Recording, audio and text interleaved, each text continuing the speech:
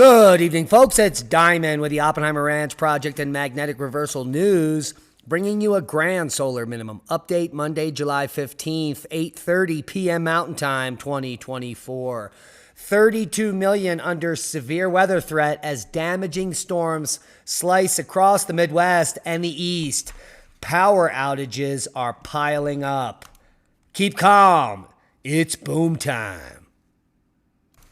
Powerful storm causes power outages, damage, and swift water rescues in the Tucson area. This has been ongoing now since yesterday. Take a look at some of the trees down, some of the damage to a Circle K, an entire wall missing here from the AutoZone in Tucson last night. At Mission Palms apartment complex, more trees down, as well as carports, and you can see some flooding right there. Minnesota weather, thousands still without power after weekend storm moves through, and weather alerts showing river flood warnings through Tuesday. Yes, it's bad news for Buffalo County. There is significant river flood warning for Buffalo County. The alert comes from the National Weather Service in La Crosse, Wisconsin. It was issued at 9:13 a.m. this morning and does not expire until 4 a.m. on the 16th. Also, a river flood warning from Tuesday at 1 p.m. to Friday, 7 p.m. in Renville County and Redwood County. This alert comes from the Weather Service in Minneapolis. A river flood warning also from Dakota County, Scott County, Carver County, and Hennepin County until Wednesday at 7 a.m. So heed the warnings and get out of Dodge if you're in a low-lying area. Let's take a look at the current state of the power outages. They are widespread. There are hundreds of thousands of them east of the Rockies. Texas, still the big winner chicken dinner with 172,000 without power from a storm that hit over a week ago.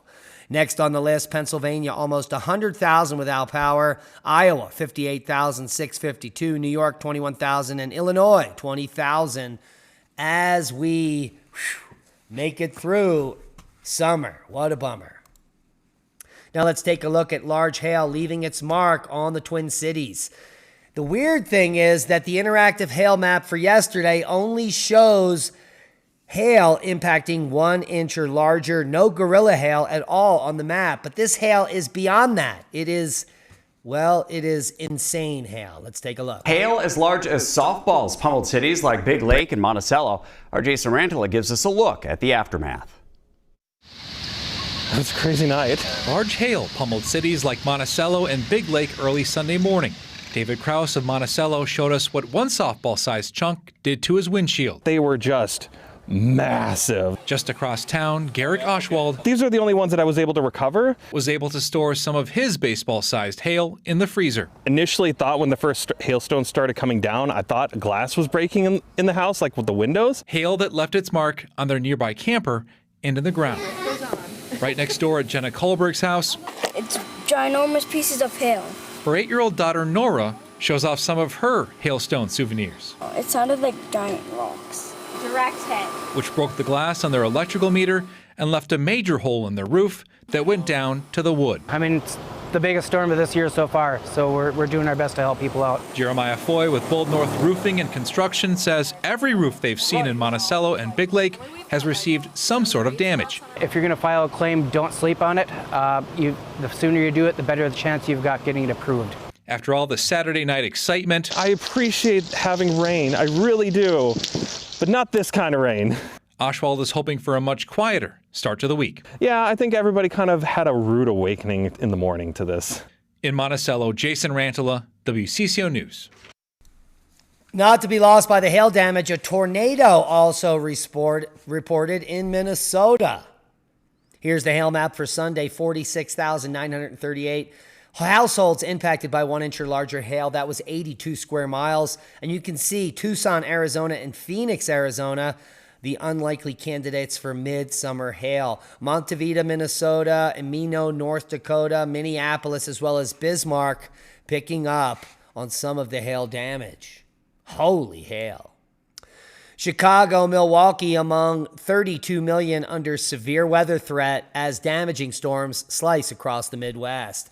The threat comes after destructive weekend storms for the plains and the upper Midwest, with numerous reports of severe weather, including a video that showed a tornado spinning across a field in Barney, North Dakota, wind gust as high as Category 2 hurricane in South Dakota, and softball-size hail in Montana, which we were just looking at, as well as major damage to buildings south of Chi-Town. Here's the full forecast.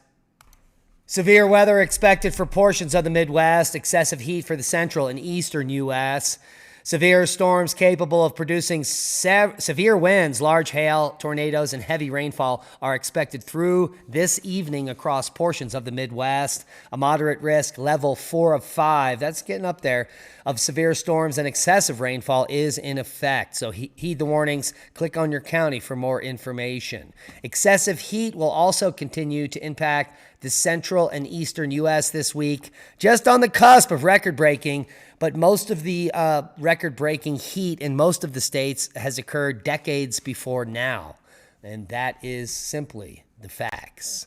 Seismic update, no quakes of note, but some interesting rumblers, including a 3.4 up here in Illinois, as well as a 4.1 in the middle of nowhere in Inuvik, Canada. Could be due to the melting of massive amounts of snow because of record snow this summer and, well, just the last 3 years in a row. Ho, ho, ho. Worldwide volcano news.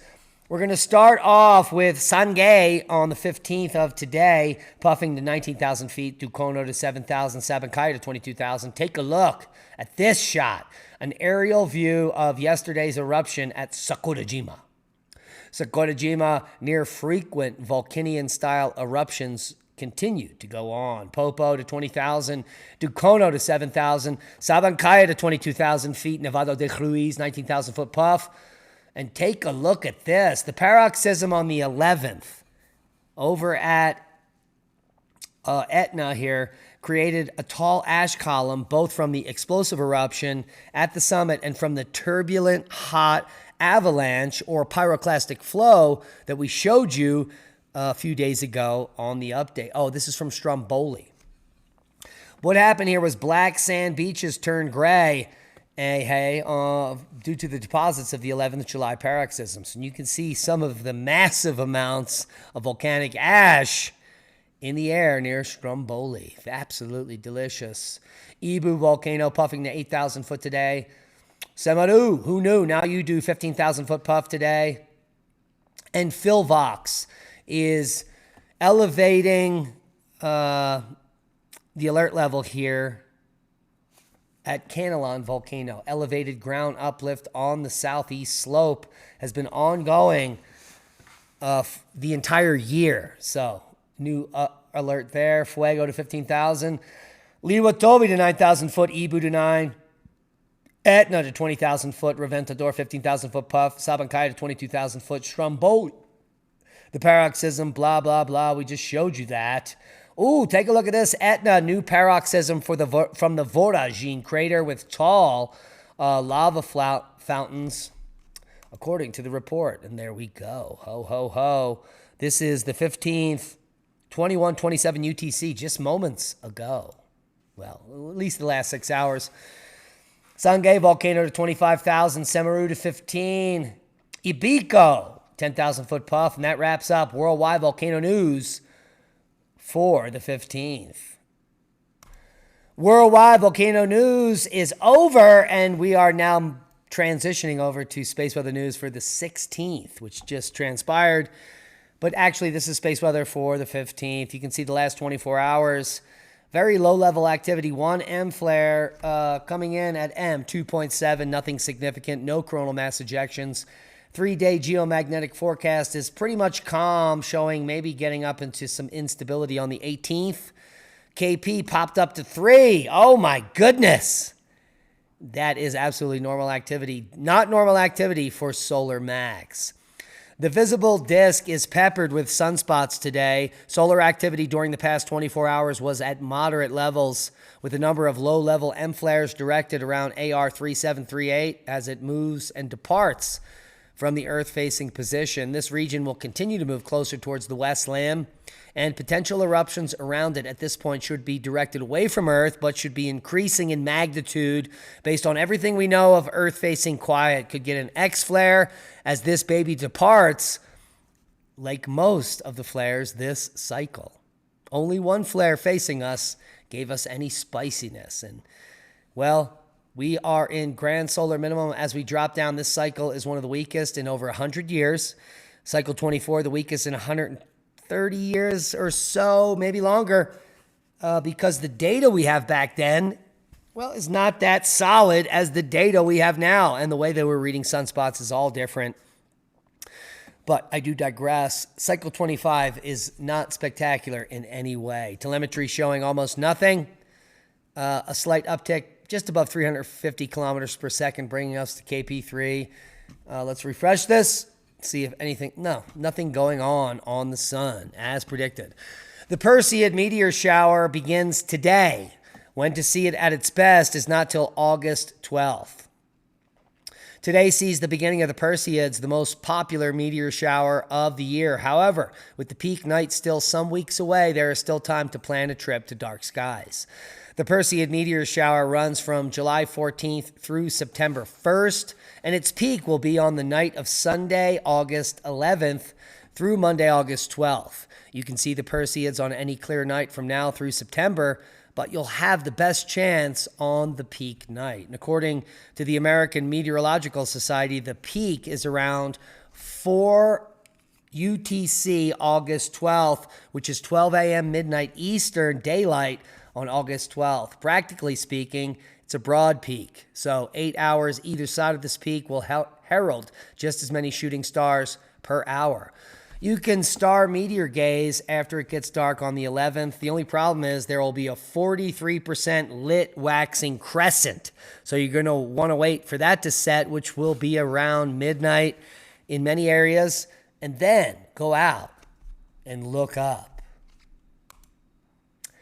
In the wake of Trump's attempted assassination, investigators search for clues around the motive, but they're acting squirrely. They're acting stupid. In fact, I think that they are involved in the assassination attempt. Yeah, the deep state, the powers that be, the FBI, the CIA. Who knew? Now you do.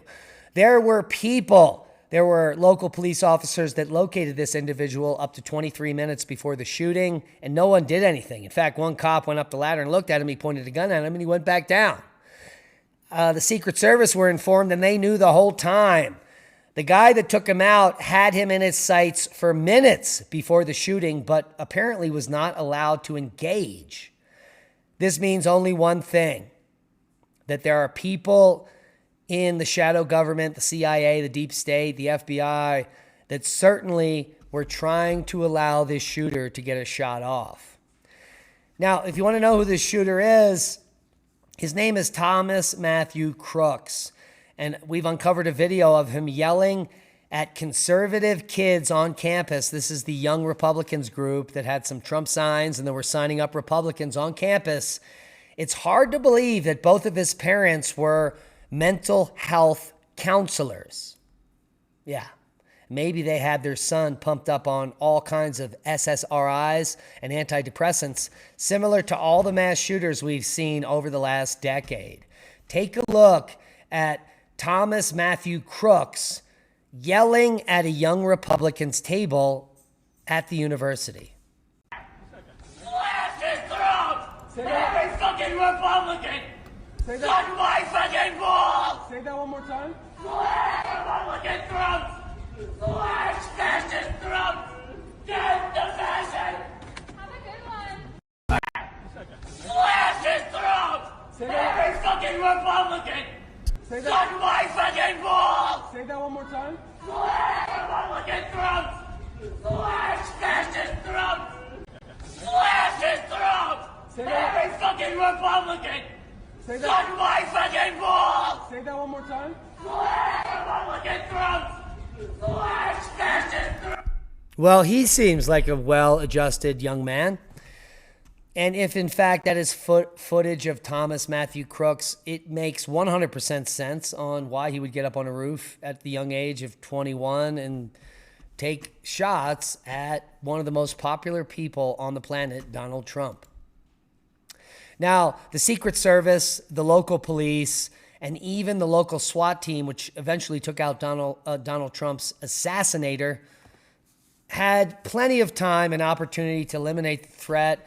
Take a look at the crowd here and the people pointing out that the shooter's position, screaming it out loud minutes before while no one does anything. Take a look. This is insane. Look, they're all pointing. The Atlantic, maybe the Pacific. Yeah, someone's on top of the roof. Look. There he is right there. Right there, see him? He's laying down. See him? Yeah, he's laying down. Instead, I'm here with you fighting like hell to get a Senate. What's happening? And to make sure we take back the White House, because if we do, we're going to make America better than ever before. We're going to make it. Yeah, look. There he is. Easy, because we have millions and millions of people in our country that shouldn't be here. Look at him crawling there. Criminals.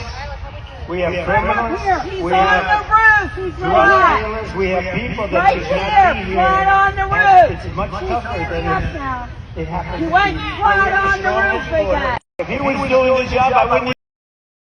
It's absolutely insane that they had 23 minutes and people knew. And that's a big reason why a lot of people now are making the big move. They're coming out in support of Trump. I think it's going to be the biggest landslide in presidential history. Elon Musk just about 30 minutes ago announcing he is going to be committing $45 million a month to a new pro-Trump super PAC, as well as other backers of America PAC include Palantir Technologies co-founder Joe Lonsdale, as well as the Winklevoss twins. That means that we're going to be looking at like $60 million a month pumped into Trump as we head towards the election. No way the Biden campaign can overpower this amount of money.